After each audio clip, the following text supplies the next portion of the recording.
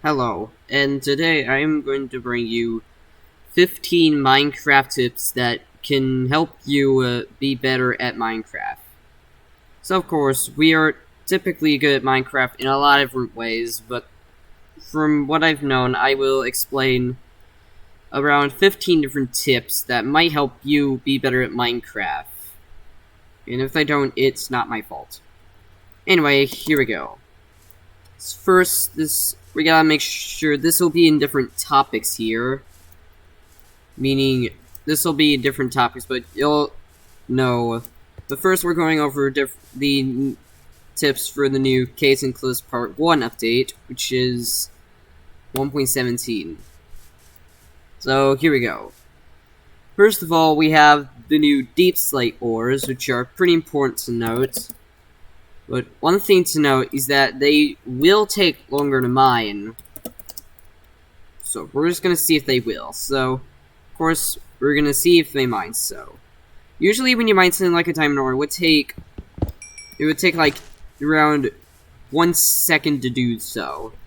However, if we go to a deep slate ore, it's around twice that long. So that's pretty much something that you want to keep note on as you are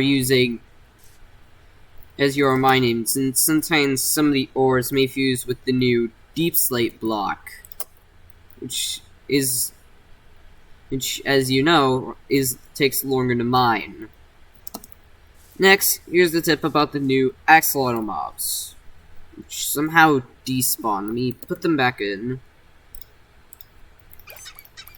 So yeah, one thing to know about these guys is that they basically can attack any,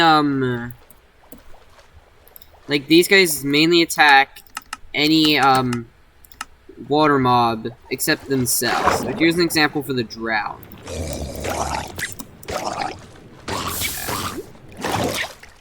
So yeah, you can see the axolotls are taking down the drowns. And apparently the axolotls survived. So yeah, axolotls can be a good ally for when you're underwater. So it's very helpful to have axolotls. Next is on with copper. So there is a use for copper that I know about, which is the new spyglass item. Which allows you to see things from a distance for when you can't install Optifine. Which, of course, I didn't want to use Optifine anyway. This is, of course, how you can craft a spyglass. You need amethyst and then copper. Which is not really a expensive item, but still, you're gonna have to find amethyst geodes. Or amethyst veins, if you like to call it that way. But, yeah, that's pretty useful. So now we're going over the enchantment tips. So number 4 for the tips, we got the Mending enchantment. So of course you can see this is Mending. Sure, you're going to need it on a lot of different tools, but when it comes to... Oh shit.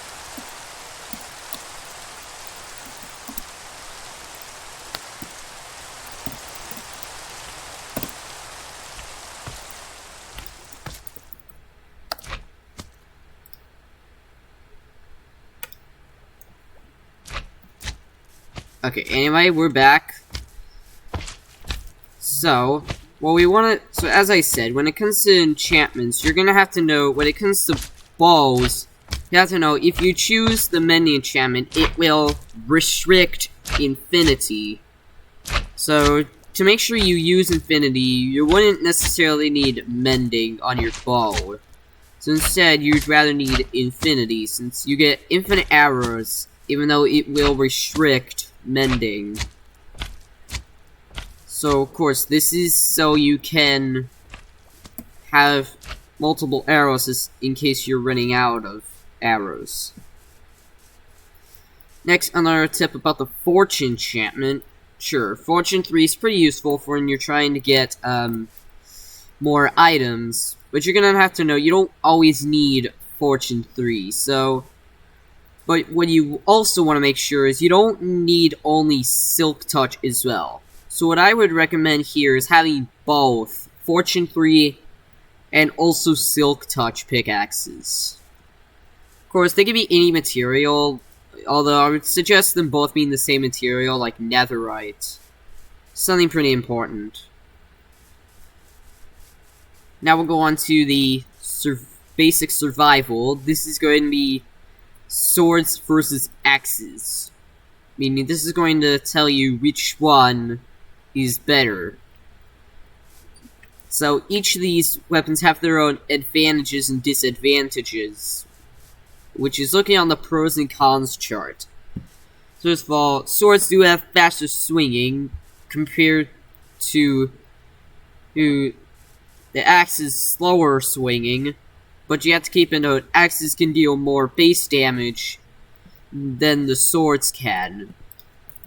An example with this is that a netherite sword can deal about 8 damage in its base form, meaning unenchanted.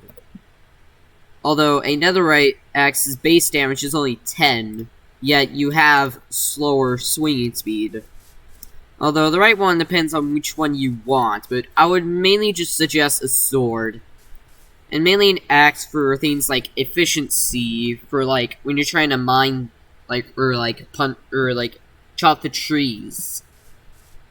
Which is of course important. Next we're going on building a house.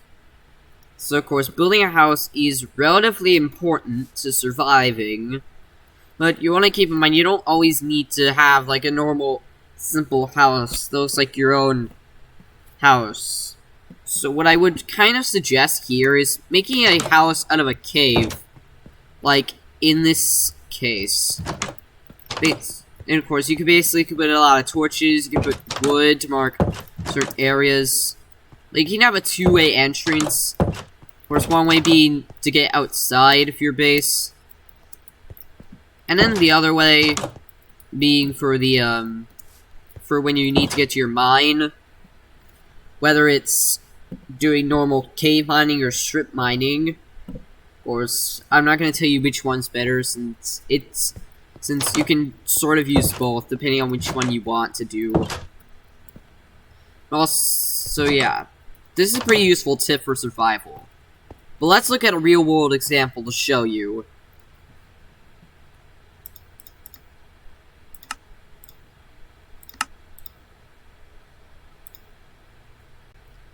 Here we are.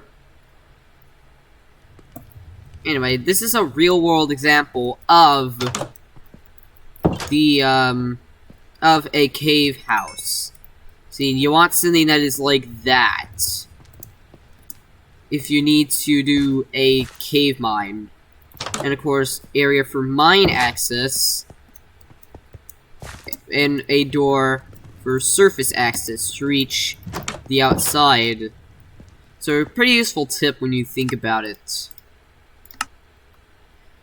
So yeah, very useful tip. Also, and of course, layout can be whatever you want, it doesn't matter. So as long as you have a cave base that you'll be sure to be reaching, you'll be okay. Okay, now we'll focus on some tips for when you're in the nether. There's only 3 of these that I have, but we'll focus on them. So first of all, we got piglin bartering. So basically, this is pretty useful in such a case. Of course, if you don't know what piglin bartering is, if you still play 1.8 that is, basically, you get some piglins. You basically should be wearing gold armor, but I am in creative, so it doesn't clearly matter. So basically, what you want to do is that usually piglins are hostile mobs, except if you are wearing gold armor. So I mean, they can't attack you if you're wearing gold armor. But what this means is that you can drop down some gold. One of the guys, or one of the piglins, pick it up, and then he will give you a random item. Although it mainly depends on whichever item you're using. But some things to know about this is that this will not work on zombified piglins, which are of course the newer zombie pigmen. This will also not work in piglin brutes, as they are hostile mobs, meaning they can attack you on sight, especially if you're wearing gold armor. So that is something else to bear in mind. But yeah, those are the tips for piglin bartering. Now we'll go for strider riding. So what you want to do for this is you want to find have a saddle, which you cannot craft. Although you could craft them before, but right now you can't, unless you're using a data pack. So basically, you want to find a strider, you want to have a saddle, which you can find in any way in any forms of chests. Put the saddle on the strider, you ride it, make sure you have a warp fungus on stick. And as you see, he will start moving around. This is a very useful tip for traveling in the nether, when you don't have soul speed, or when you need to go in the lava. But also, you have to keep in mind, if you're not using the warped fungus on the stick, the strider cannot move when you're riding it. He can only move when you're using the warped fungus on the stick. So yeah, those are useful. Those are some useful tips, but now on to the last one before we exit the nether. Uses for beds. Of course, you know that in the nether, this can be useful for that. Everything you try to sleep in the nether, the bed will just explode. But this can be a very handy trap. Basically, how this works is you want to basically, in case something like a piglin brute comes at you, you can play at the little bed. And then when you need to, and when the piglin brute's close enough, right-click and then use it. Basically, it's a type of suicide tactic, which can be very handy. Also, you can use the same technique in the end for when you're fighting the Ender Dragon. Although this is a bit less useful in the Nether. That said, let's go back to the overworld. There's not much I can say about the Nether. Now on to villages. First of all, we have villager looting. Of course, what you mainly do for villages is you mainly just want to get their bed and then all the chests. But here are some other things to note about this. First of all, you only need a single bed. That's just it. Of course, any color works, like a white bed. Although, even if you don't find a village, you can still make white beds or just red beds or whatever. Of course, any color, but more people just prefer red beds. And you also want to get all their chests, meaning all the emeralds and stuff. And then, more importantly, the, they're zombies, I don't know what the fuck they are.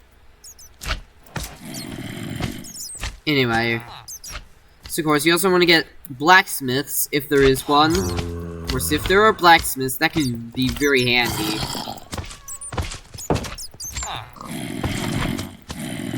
Yeah, I'm not sure where that zombie is. But yeah, I want you make sure you loot everything. But what's also important is that to make sure you don't accidentally run into the same area, you want to place some, like, torches or any other type of markings, to mark that you've already, like, explored that area, which can be very important. So yeah, this can be very handy for when you're trying to loot a village, and then maybe live there, in case you don't want to use the cave mine, or cave house that I mentioned. Next, we got raid preparation. So, of course, the main technique for this is you want to have, first of all, you want to make sure that you get certain barricades ready, like sweet berries, since if you're standing on these, they will deal damage. Whoops. But yeah, Yeah, as you see, that villager took damage when he's walking into it. Next, you also want to have enough iron golems ready. Because these are normal pumpkins, not charged pumpkins. And you also want to know, of course, two things I didn't bother putting, so I forgot to put those. You want to make sure you add in a extra chest of iron so you can repair the iron golems, since you are able to heal them using iron, or in this case, that's repairing, of course. And then the next thing to note is you also need to locate a pillager tower. Whatever it could be, I didn't know the name. But when you get that, you want to kill one of the pillagers when you are ready and prepared, so you can get the bad omen effect. And then enter the raid, get prepared, and then let the raid start. Although you want to make sure you are prepared beforehand, which is way more important. Yeah, that's it for the villagers. Now I'll focus on end survival. So number 13 is gathering blocks in the end. Of course, you'll have your own blocks for when you're fighting the Ender Dragon, but you have to keep in mind one thing. That the Ender Dragon can destroy your own blocks. So best thing to note is you will need obsidian and endstone, which you can easily mine in the end. Or at least obsidian be more difficult to mine. So yeah, it's like a pretty useful tip when you think about it. Next, access the end city portals. Of course, when you do defeat an Ender Dragon, whether it's the first one or another one that you resurrected, a portal will appear to access the extra parts of the end, and especially the end city areas. But you have to keep in mind, although some people would rather just put an ender pearl in, it's not a safe way to access it. So as you see what I did, you basically want to plant at least 2 blocks, and then use a trap door, which really does come in handy. And now number 15 are just a lot of 5 different tips to become more powerful in Minecraft in general, because I thought all these would be separate on that. Combining all these wouldn't really be enough, since I didn't have much knowledge about these to say.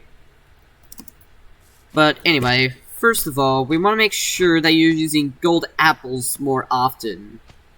Although, of course, as of 1.9, you cannot craft enchanted gold apples, since you want to mainly obtain them in areas like dungeons. Of course, but you mainly just want to craft gold apples by, getting more gold ingots. Number 2, you want to choose the right food choices. Of course, I would suggest steak and gold apples. Though you need gold apples in the case of emergency situations, like in the case of when you're fighting a skeleton, you have low enough health. Of course, the enchanted gold apples, on the other hand, are more needed for more dire situations, like when you're fighting multiple skeletons.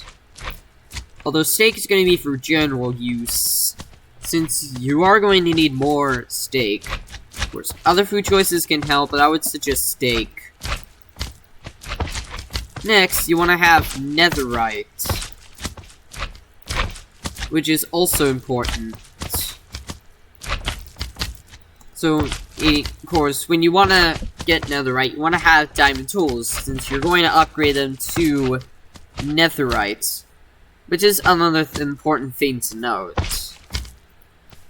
So, as you're doing, you want to get enough ancient debris, and as you're doing that, upgrade your diamond tools more. And of course, you're going to need the smithing table. And next, number 4, not 5, is dealing more damage. Okay, not this time. So yeah, this is how you can easily kill slimes. Of course, if you want to know how that's possible, I will explain. First of all, as you're seeing, you'll notice I'm not just spamming the attacks, because you can easily see an attack indicator as of version 1.9. So it's a it's a weapon cooldown of some sort. Also, you'll also be noticing I am sort of falling down just to deal a crit. This is also very useful, since you want to be falling, and you want to jump, and then fall, not just jump like this, otherwise that won't be a crit. Although, crits are basically the arrow particles, not the other blue particles, since that's mainly from the enchantment I'm using, Sharpness 5. Which you also need when you want to survive, or deal as much damage as possible. You also need Smite or Banger of Arthropods, depending on what mob you're fighting. Although Smite means you need, meaning for larger mobs like the zombies, and Arthropods meaning mobs like spiders or silverfish, but those are not technically spiders. And you're also going to need Sweeping Edge, where as you're attacking, you'll deal even more damage. More and more. Which is very important. Of course, not quite useful, but you can definitely deal a lot more damage if you use all those enchantments at once. Of course, you can do different techniques for bows, like, of course, with Infinity, Power 5, and Flame. And also the right arrow choice, like instant damage arrows. But, of course, I'm just mainly going for swords. But yeah, those are 15 different tips to help you survive in Minecraft. I just hope you found this video useful, and if you did, give it a like. Also, be sure to hit the subscribe button and ring the bell, so you'll know when a video comes. But yeah, I will end this here. Also, you are probably noticing, yes, I am starting to use OBS Studio now, since I was hoping this would be useful. But, yeah. I mean, it should be useful, but, that's all I can practically say here. Anyway, I hope you enjoyed.